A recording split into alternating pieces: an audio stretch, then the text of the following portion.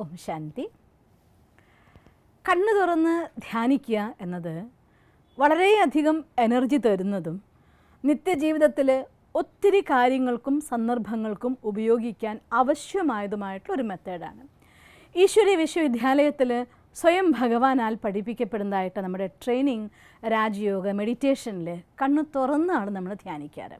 ഞാൻ രാജയോഗ മെഡിറ്റേഷൻ എന്നൊരു വീഡിയോയിൽ കണ്ണ് തുറന്ന് ധ്യാനിക്കുന്നതിനെക്കുറിച്ച് എഴുതിയപ്പോൾ കണ്ണ് തുറന്നിരുന്ന് മെഡിറ്റേറ്റ് ചെയ്യുമ്പോൾ കണ്ണിന്ന് വെള്ളം വരുന്നു, കണ്ണ് വേദനിക്കുന്നു, ശ്രദ്ധ കിട്ടുന്നില്ല, ഇങ്ങനെ നിരവധി കാര്യങ്ങൾ. അതുകൊണ്ട് എങ്ങനെയാണ് കണ്ണ് തുറന്നിരുന്ന് മെഡിറ്റേറ്റ് ചെയ്യേണ്ടത് എന്നോട് ചോദിച്ചതുകൊണ്ടാണ് ഞാൻ ഈ രാജയോഗ മെഡിറ്റേഷൻ അഭ്യസിച്ചുകൊണ്ടിരിക്കുന്നവർക്കും ഇനി അഭ്യസിക്കാൻ ആഗ്രഹിക്കുന്ന എല്ലാവർക്കും വേണ്ടിയാണ് ഇന്ന് ഈ വീഡിയോ ഞാൻ ചെയ്യാൻ ആഗ്രഹിക്കുന്നത്.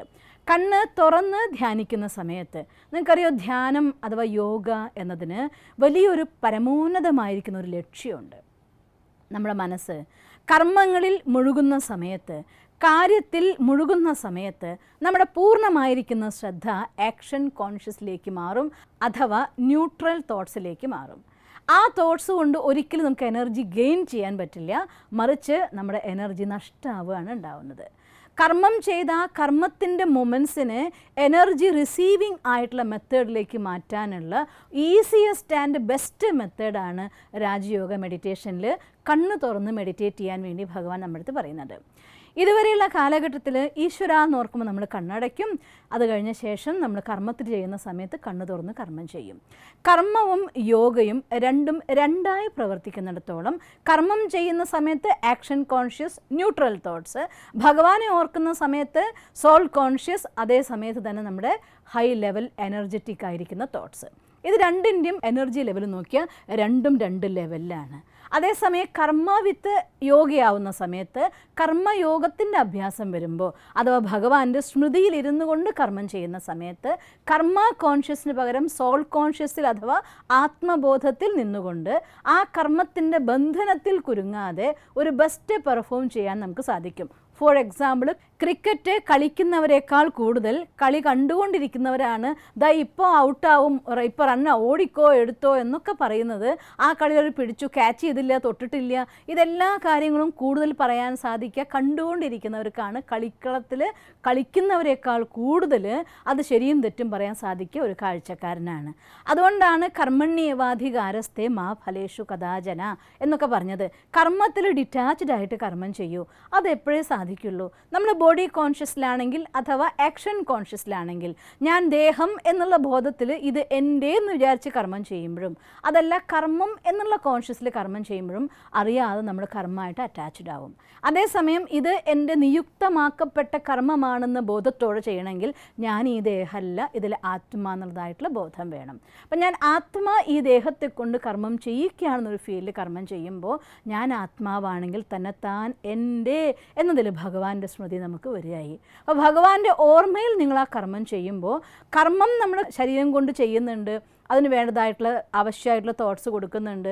കാരണം ഒരു കർമ്മം ചെയ്യാൻ വേണ്ടി നിരവധി തവണ, ഇപ്പോൾ എക്സാമ്പിൾ പറയുകയാണെങ്കിൽ ഞാൻ ദാ ഇവിടെ നിന്ന് അവിടേക്ക് നടന്നു വരട്ടെ പറയുമ്പോൾ ഒന്നാമത്തെ കാല് വെച്ചു, രണ്ടാമത്തെ കാല് വെച്ചു, ഇങ്ങനെ ചിന്തിക്കേണ്ടതില്ല. ഞാൻ അങ്ങോട്ട് വരുന്നു പറയണു, നമ്മളിങ്ങനെ നടന്നു വരുന്നു. ആ സമയം നമ്മുടെ വേസ്റ്റ് ആവുകയാണ്. ആ സമയത്തു കൂടി ഭഗവാന്റെ സ്മൃതിയിൽ നടക്കുകയാണെങ്കിൽ ഓരോ കാലടികളും നിങ്ങൾക്ക് നിങ്ങളുടെ എനർജി റിസീവിങ്ങിലേക്ക് മാറ്റാൻ സാധിക്കും. ഇതിനെയാണ് കർമ്മയോഗ എന്ന് ഗീതയിൽ പറഞ്ഞിട്ടുള്ളത്. ഇത്തരത്തിൽ കർമ്മം ചെയ്യുമ്പോൾ ഭഗവാനെ ഓർക്കണമെങ്കിൽ കണ്ണടച്ചിട്ട് ആർക്കും കർമ്മം ചെയ്യാൻ സാധ്യമല്ലല്ലോ. അതുകൊണ്ട് കർമ്മം കണ്ണ് തുറന്നേ ചെയ്യാൻ പറ്റൂ. കണ്ണ് തുറന്ന് മെഡിറ്റേഷൻ അഭ്യസിക്കാത്ത ഒരാളെ സംബന്ധിച്ചിടത്തോളം കണ്ണ് തുറന്നുകൊണ്ട് ഭഗവാന്റെ ഓർമ്മയിൽ കർമ്മം ചെയ്യാനായിട്ട് കുറച്ച് റിസ്ക്കാണ്. ഇല്ല എന്നൊന്നും ഞാൻ പറയില്ല. നല്ല ഭക്തന്മാരും അങ്ങനെയൊക്കെ ഭഗവാനെ ഓർത്ത് ചെയ്യുന്നതൊക്കെ ഞാൻ കണ്ടിട്ടുണ്ട്. ഒരു വിധം പറഞ്ഞാൽ അറിയാതെ അവർ ആ കർമ്മയോഗത്തിലേക്ക് എത്തിച്ചേരുന്നൊരു സ്റ്റേജ് ഞാൻ കണ്ടിട്ടുണ്ട്. പക്ഷേ റെയറായിട്ടാണെന്ന് മാത്രം. അതുകൊണ്ട് നമ്മൾ എന്ത് ചെയ്യുന്നു, കണ്ണ് തുറന്ന് മെഡിറ്റേഷൻ ചെയ്യാൻ പ്രാക്ടീസ് ചെയ്യും. പിന്നെ മുന്നിലിരിക്കുന്ന ആളുടെ പ്രഭാവം, ഒരു വ്യക്തി എന്ന് പറഞ്ഞ ഒരു എനർജി ഫീൽഡാണ്. ആ എനർജി ഫീൽഡും ഞാൻ വേറൊരു വ്യക്തിയായിട്ട് മീറ്റ് ചെയ്യുമ്പോൾ രണ്ട് എനർജി ഫീൽഡാണ്. ആ എനർജി ഫീൽഡിൽ അവരുടെ പോസിറ്റിവിറ്റി ഓർ നെഗറ്റിവിറ്റി, ആ നെഗറ്റിവിറ്റി ആണെങ്കിലും പോസിറ്റിവിറ്റി ആണെങ്കിൽ എൻ്റെ ഉള്ളിൽ എൻ്റെ വ്യക്തിത്വത്തിനെ ഡെവലപ്പ് ചെയ്യാൻ. പ്രത്യേകിച്ചും പോസിറ്റീവ് എഫക്റ്റ് ചെയ്താലും കുഴപ്പമില്ല, നെഗറ്റീവ് നമ്മളെ എഫക്റ്റ് ചെയ്യാതിരിക്കണം എന്നുണ്ടെങ്കിൽ നമ്മുടെ എനർജി ഫീൽഡിനെ ചാർജാക്കി വെക്കണം.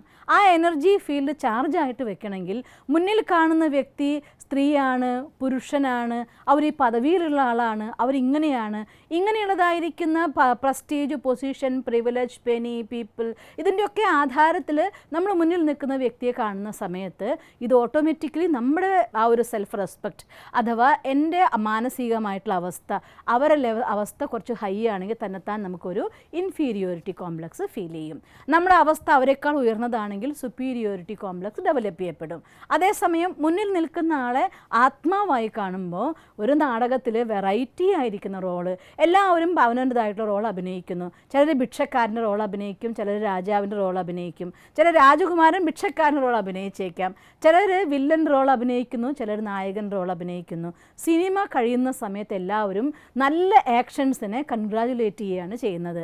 ഇൻ ദ സെയിം വേ ഈ സൃഷ്ടി നാടകത്തിൽ നമ്മൾ ആത്മാക്കളെല്ലാം ദേഹം എന്ന വസ്ത്രം എടുത്തുകൊണ്ട് വെറൈറ്റി ആയിരിക്കുന്ന ഭാഗം അഭിനയിക്കുകയാണ്. അപ്പം അതുകൊണ്ട് മുന്നിൽ നിൽക്കുന്ന ആളുടെ അവരുടെ പദവിയാവാം, സ്ഥാനാവാം, മാനാവാം, ഫിസിക്കൽ അപ്പിയറൻസ് ആവാം, സൗന്ദര്യമാവാം, വിരൂപമാവാം, എന്തോ ആയിക്കോട്ടെ, അത് ആ ഡ്രസ്സിൻ്റെ ഒരു പ്രത്യേക സ്ട്രാറ്റജി മാത്രം, അതിലപ്പുറത്ത് അതിലൊന്നുമില്ല. അതേസമയം ആ ഡ്രസ്സിന് ഞാൻ സ്വയം ഈ ഡ്രസ്സെന്ന് വിചാരിക്കുമ്പോൾ, ദേഹം എന്ന് വിചാരിക്കുമ്പോൾ എനിക്കവരെ ആ ഒരു ലെവലിൽ നിന്ന് അപ്പുറത്ത് കാണാൻ പറ്റില്ല. അപ്പം നമ്മുടെ എനർജി ലെവൽ ഒന്നുകിൽ സുപ്പീരിയോറിറ്റി അല്ലെങ്കിൽ ഇൻഫീരിയോറിറ്റി, ഒന്നുകിൽ താഴ്ന്നു പോവും അല്ലെങ്കിൽ നമ്മളങ്ങ് നെഗറ്റീവ്ലി കയറിയും പോവും. ഇത് രണ്ടും ഇല്ലാതെ ബാലൻസ്ഡ് ആയിട്ടുള്ള എനർജി ലെവൽ മെയിൻറ്റെയിൻ ചെയ്യണമെങ്കിൽ എനിക്ക് എന്നെ മുന്നിൽ വരുന്ന ആളൊരു ആത്മാവാണ്, അവരുടെ ഗുണങ്ങളെയും ശക്തികളും ഞാനും ആത്മാ, അവരും ആത്മാ, അവരുടെ റോൾ അഭിനയിക്കുന്നു, ഞാൻ എൻ്റെ റോൾ അഭിനയിക്കുന്നു. അവിടെ നമ്മുടെ എനർജി ലെവലും കുറയുന്നില്ല, ഒരാളെയും നമുക്ക് കുറച്ചോട്ട് കാണാനും സാധ്യമല്ല. ഇത്തരത്തിലായിട്ടുള്ള ഉയർന്ന ഒരു ബിഹേവിയർ എനർജിയുടെ മെയിൻ്റനൻസ് നടക്കുകയാണെങ്കിൽ ഒരിക്കലും നെഗറ്റീവ് നമ്മളെ എഫക്റ്റ് ചെയ്യില്ല. അപ്പം അതുകൊണ്ട് ആ നെഗറ്റീവ് നമ്മളെ എഫക്റ്റ് ചെയ്യാതിരിക്കണമെങ്കിൽ നമ്മുടെ എനർജി ലെവലിനെ എപ്പോഴും പെർഫെക്റ്റ് ആക്കി വെക്കാൻ, അത് താഴുകയും കയറുകയും ചെയ്യാതിരിക്കാൻ വേണ്ടിയിട്ട് ആവശ്യമായ ഒന്നാണ് നമ്മൾ മുന്നിലിരിക്കുന്ന ആളെ ആത്മാവായിട്ട് കാണുന്നത്. കണ്ണടച്ച് ഞാൻ ആത്മാ ബിന്ദു എന്ന് ഓർമ്മിച്ചു, കണ്ണ് തുറന്ന് ആ മുഖം കാണുമ്പോൾ ഓ ഇവർ പുരുഷനാണ് സ്ത്രീയാണ് എന്ന ഫീലിംഗ് മൈൻഡിൽ വരും.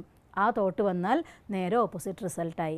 അതുകൊണ്ട് കണ്ണ് തുറന്ന് മെഡിറ്റേറ്റ് ചെയ്ത് നമുക്ക് ശീലമുണ്ടെങ്കിൽ മുന്നിൽ വരുന്ന ആര് തന്നെയാണെങ്കിലും അവരെ ആത്മരൂപത്തിൽ കാണാനും എൻ്റെ സഹോദരൻ സഹോദരി എന്ന ഭാവത്തോടെ സ്നേഹിക്കാനും നിങ്ങൾക്ക് സാധിക്കും. ആ സാധിക്കണമെങ്കിൽ കണ്ണ് തുറന്ന് മെഡിറ്റേറ്റ് ചെയ്യണം. അതുകൊണ്ട് കണ്ണ് തുറന്ന് മെഡിറ്റേറ്റ് ചെയ്യുന്നത് നിങ്ങളുടെ കർമ്മത്തിൽ ഏകാഗ്രത ഡെവലപ്പ് ചെയ്യും, നെഗറ്റീവ് തോട്ട്സിൻ്റെ എണ്ണം കുറയ്ക്കും. കാരണം കണ്ണ് തുറന്ന് മെഡിറ്റേറ്റ് ചെയ്ത് ശീലിച്ചിട്ടുണ്ടെങ്കിൽ നമ്മളൊരു പണിയെടുക്കുന്ന സമയത്ത് അപ്പുറത്തും ഇപ്പുറത്തുള്ളതായിട്ടുള്ള ശല്യങ്ങളോ കാര്യങ്ങളോ ഒന്നും നമ്മളെ ഡിസ്റ്റർബ് ചെയ്യില്ല. നമുക്ക് നമ്മുടെ കർമ്മത്തിൽ പൂർണ്ണ ഏകാഗ്രതയോടെ കൂടെ ചെയ്യാൻ സാധിക്കും. ഒരുപാട് ബെനിഫിറ്റ്സ് ഉണ്ട്. പിന്നെ കണ്ണ് തുറന്ന് യോഗ ചെയ്യുമ്പോൾ, മെഡിറ്റേറ്റ് ചെയ്യുമ്പോൾ നിങ്ങളുടെ ശ്രദ്ധ അങ്ങോട്ടും ഇങ്ങോട്ടും പോവാതിരിക്കാൻ വേണ്ടി മുന്നേ ഞാൻ പറഞ്ഞു തന്നു എന്നാണ് ഓർക്കുന്നത്, എന്നാൽ ഒരിക്കൽ കൂടി പറഞ്ഞു തരികയാണ്. ഒരു ബ്രഹ്മകുമാരി സെൻറ്ററിൽ നിങ്ങൾ പോവുകയാണെങ്കിൽ നിങ്ങൾക്കൊരു മെഡിറ്റേഷൻ ലൈറ്റ് വാങ്ങാൻ കിട്ടും. അത് നമ്മൾ പ്ലഗിൽ വെച്ചിട്ടാണ് ചെയ്യുന്നതെങ്കിൽ അതിൽ ആ പോയിൻ്റ് ഓഫ് ലൈറ്റ് കാണിച്ചിട്ടുണ്ട്. അപ്പോൾ നമുക്ക് അതിലേക്ക് നോക്കാൻ എളുപ്പമായിരിക്കും. അതല്ലാന്നുണ്ടെങ്കിൽ ഒരു മെഴുതിരി കൊളുത്തി വെച്ചിട്ടോ ഒരു വിളക്ക് കത്തിച്ച് വെച്ചിട്ടോ അല്ലെങ്കിൽ ഏതെങ്കിലും മനോഹരമായിട്ട് ഒരൊറ്റ പോയിൻ്റ് പോലെ നിങ്ങൾക്ക് ലൈറ്റിൻ്റെ റിഫ്ലക്ഷൻ വരുന്ന ഒരു സ്ഥാനം ഏതെങ്കിലും ഒന്നാക്കിയിട്ട് അതിലേക്ക് നമ്മൾ നോക്കിയിരിക്കുകയാണെങ്കിൽ അങ്ങോട്ടും ഇങ്ങോട്ടും ശ്രദ്ധ പാറിപ്പോവില്ല. പിന്നെ വേറൊരു കാര്യം കൂടെ നമ്മൾ ചെയ്യേണ്ടത്, കണ്ണ് തുറന്നിരിക്കാൻ ഞാൻ ഉദ്ദേശിക്കുന്നത് കണ്ണ് ഇമ വെട്ടാതെ പിടിച്ചു വെക്കുന്നതിനല്ല. ഇത് നാച്ചുറലാണ് ഇമ വെട്ടുക എന്നുള്ളത്. കാരണം ഇമ വെട്ടുന്നത് കണ്ണിൻ്റെ ഈർപ്പത്തെ നിലനിർത്താൻ വേണ്ടി പ്രകൃതി സെറ്റ് ചെയ്ത ഒരു സിസ്റ്റമാണ്. അതിൻ്റെ ഉള്ളിൽ നമ്മൾ ഇമ വെട്ടാതെ പിടിച്ച് നിർത്താൻ ശ്രമിച്ചാൽ അത് കണ്ണ് ഡ്രൈ ആവാൻ തുടങ്ങും, ഡ്രൈ ആയാൽ വേദനിക്കാൻ തുടങ്ങും, വെള്ളം വരാൻ തുടങ്ങും, കാഴ്ചേനെ എഫക്റ്റ് ചെയ്യും ഒക്കെ ഉണ്ടാവും. അതുകൊണ്ട് അതൊന്നും ചെയ്യരുത്. ഇപ്പം നമ്മൾ രണ്ടുപേര് പരസ്പരം സംസാരിക്കുമ്പോൾ നമ്മൾ മുഖത്ത് നോക്കി സംസാരിക്കുന്ന സമയത്ത് കണ്ണ് തുറന്നല്ലേ സംസാരിക്കുന്നത്, കണ്ണടച്ചൊന്നും സംസാരിക്കുന്നില്ലല്ലോ, അപ്പോഴും നമുക്ക് ശ്രദ്ധ കിട്ടുന്നില്ലേ.